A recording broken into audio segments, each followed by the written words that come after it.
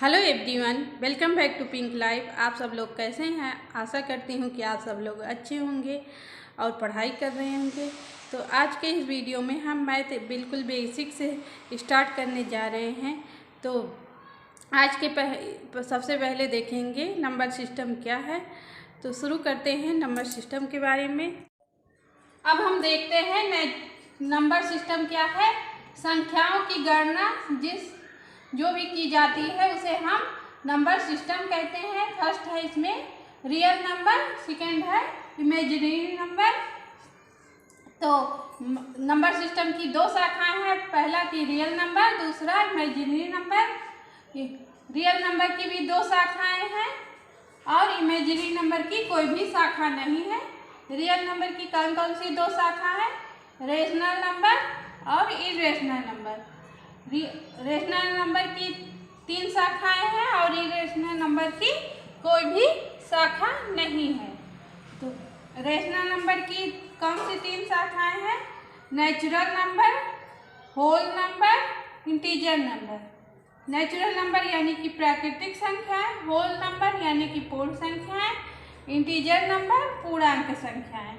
अब हम देखेंगे रियल नंबर क्या है और इमेजिनरी नंबर क्या है, रेशनल नंबर क्या है, इरेशनल नंबर क्या है। नेचुरल नंबर की डिफिनीशन देखेंगे, होल नंबर की डिफिनीशन देखेंगे और इंटीजर नंबर की डिफिनीशन देखेंगे। तो चलिए आगे देखते हैं रेशनल नंबर क्या है। चलिए देखते हैं रेशनल नंबर क्या है, यानी कि परिमेय संख्या क्या है। वह संख्याएं जिन्हें हम P/Q के रूप में लिख सकते हैं वो क्या हुई? रेशनल नंबर हुआ, जहां हमारा Q इक्वल टू नॉट 0, यानी कि Q हमारा 0 नहीं हो सकता है।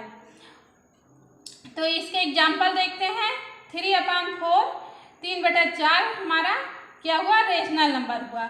दूसरा एग्जाम्पल है 4/1, यानी कि 4/1 भी हमारा क्या हुआ?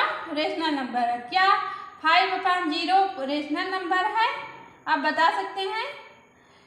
जी नहीं, ये रेशनल नंबर नहीं है, क्योंकि हम यहाँ दिया गया है इसकी डिफिनेशन में कि Q इक्वल टू नॉट 0 होगा। तो यहाँ 0 नहीं हो सकता है अपान में, तो ये हमारा रेशनल नंबर नहीं हुआ। दूसरा एग्जाम्पल देखते हैं 0/5 क्या है? क्या ये रेशनल नंबर है? जी हाँ, ये रेशनल नंबर है, क्योंकि अपान में केवल 0 नहीं दिया गया, यही इसकी डिफिनीशन में दिया, ऊपर 0 हो सकता है। तो क्या हुआ? 0/5 हमारा रेशनल नंबर हुआ। अब हम देखते हैं इरेशनल नंबर क्या है, अपरिमेय संख्या क्या है। वह संख्याएं जिन्हें हम P/Q के रूप में नहीं लिख सकते हैं, हमारा क्या हुआ? इरेशनल नंबर हुआ, अपरिमेय संख्या हुआ। एग्जाम्पल देखते हैं √5, √3, √7, यानी कि जो भी रूट में है वो अपरिमेय संख्या है। आप बता सकते हैं कि √9 परिमेय संख्या है कि अपरिमेय संख्या। चलिए देखते हैं। √9 को हम लिख सकते हैं 3 × 3, तो 3 इसका वर्गमूल निकाल लेंगे, 3 बाहर आ जाएगा और 3 को हम 3/1 भी लिख सकते हैं। 3/1 हमारा क्या हो गया? परिमेय संख्या हो गया। अब हम जो चीज़ बताने जा रहे हैं वो टेट, सीटेट, किसी भी प्रीवियस ईयर को आप उठा के देख लीजिए, उससे क्वेश्चन आना ही आना है और आते भी हैं। तो देखते हैं क्या है वो चीज़। तो पाई, आपने ये साइन देखा ही होगा हर जगह। ये क्या है? पाई। पाई का मान होता है 22/7। तो पाई जो भी कोई भी साइन हो वो हमारा इरेशनल नंबर होगा, किंतु जो इसका मान आएगा, जैसे पाई का मान 22/7, तो ये इसका मान हमारा रेशनल नंबर यानी परिमेय संख्या होगी, लेकिन जो इसका साइन होगा ये इरेशनल नंबर होगा। तो टेट या सीटेट में हर जगह पूछा जाता है पाई अपरिमेय संख्या है कि परिमेय संख्या। तो हमें क्या आंसर देना चाहिए? पाई हमारा अपरिमेय संख्या यानी कि इरेशनल नंबर है। इसे आप अपने कॉपी में नोट कर लीजिए और अच्छे से समझ लीजिए, ये आना ही आना है, हर टेट सीटेट किसी भी टीचिंग एग्जाम में जिसमें कि मैथ आता हो। तो इस आगे हम देखते हैं नेचुरल नंबर क्या है, होल नंबर क्या है और इंटीजर क्या है। तो चलिए देखते हैं।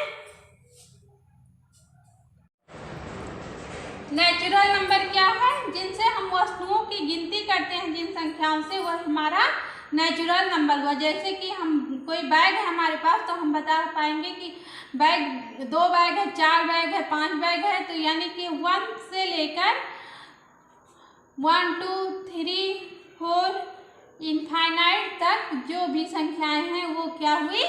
नेचुरल नंबर यानी कि प्राकृतिक संख्या हुई। तो जिनसे वस्तुओं की गिनती या कोई भी चीज़ की गिनती हम करते हैं वो हमारी नेचुरल नंबर हुई। इसे हम 1 से लेकर इनफाइनाइट तक काउंट करते हैं। सेकेंड है होल नंबर। होल नंबर क्या है? हमें होल नंबर की क्यों आवश्यकता पड़ी और नेचुरल नंबर जो होते हुए होल नंबर क्यों हमें बनाना पड़ा? तो जैसे हम किसी पेड़ पर कहते हैं 2 चिड़िया है, 3 चिड़िया है और एक पेड़ पर कोई भी चिड़िया नहीं है, तो हमें जिस पेड़ पर कोई भी चिड़िया नहीं है उसे बताने के लिए हम कहेंगे कि उस पर 0 चिड़िया है, यानी कि कोई भी चिड़िया नहीं। तो नेचुरल नंबर में 0 को भी अगर हम शामिल कर लेते हैं, 0 1 2 3 और आगे इसी तरह इनफाइनाइट तक, तो ये हमारा क्या हुआ? Whole number. तो 0 शामिल हो जाने पर नेचुरल नंबर में हमारा होल नंबर बन जाता है, यानी पूर्ण संख्याएं बन जाती हैं। अब थर्ड हम देखेंगे इंटीजर नंबर। इंटीजर क्या है? जैसे हमने किसी व्यक्ति से राम ने उधार लिया तो हमें उसे क्या बताना? माइनस में बताना पड़ेगा। हम तो माइनस की जहाँ जरूरत पड़ेगी वहाँ पे हमें इंटीजर नंबर जो हो गया। इंटीजर नंबर में नेचुरल नंबर भी शामिल है और होल नंबर भी शामिल है। तो जिनमें होल नंबर, नेचुरल नंबर और ऋणात्मक नंबर भी शामिल है तो वो इंटीजर नंबर है। यानी कि इसमें 0 से 1 2 3 आगे यानी कि होल नंबर भी शामिल है इसमें। अगर इसी में 0 के आगे -1, उसके बाद -2, इसी प्रकार आगे भी -3, तो जिसमें माइनस भी संख्याएं शामिल यानी कि ऋणात्मक संख्याएं भी शामिल हुई वो हमारा इंटीजर नंबर हुई। इंटीजर माइनस ऋणात्मक संख्याओं की क्यों आवश्यकता पड़ी? जैसे जब हम किसी चीज़ को उधार देते हैं तो उसे हमें माइनस में दर्शाना पड़ता है, यानी कि ऋण में दर्शाना पड़ता है। हम उधार लिए रहते हैं, ऋण लिए रहते हैं, तो जहाँ माइनस की ज़रूरत होती है वहाँ इंटीजर नंबर में काम में आता है। तो इंटीजर नंबर में होल नंबर और नेचुरल नंबर ये भी शामिल है। ठीक है, आज के वीडियो में इतना ही। मिलते हैं नेक्स्ट वीडियो में, तब तक के लिए टेक केयर, बाय बाय।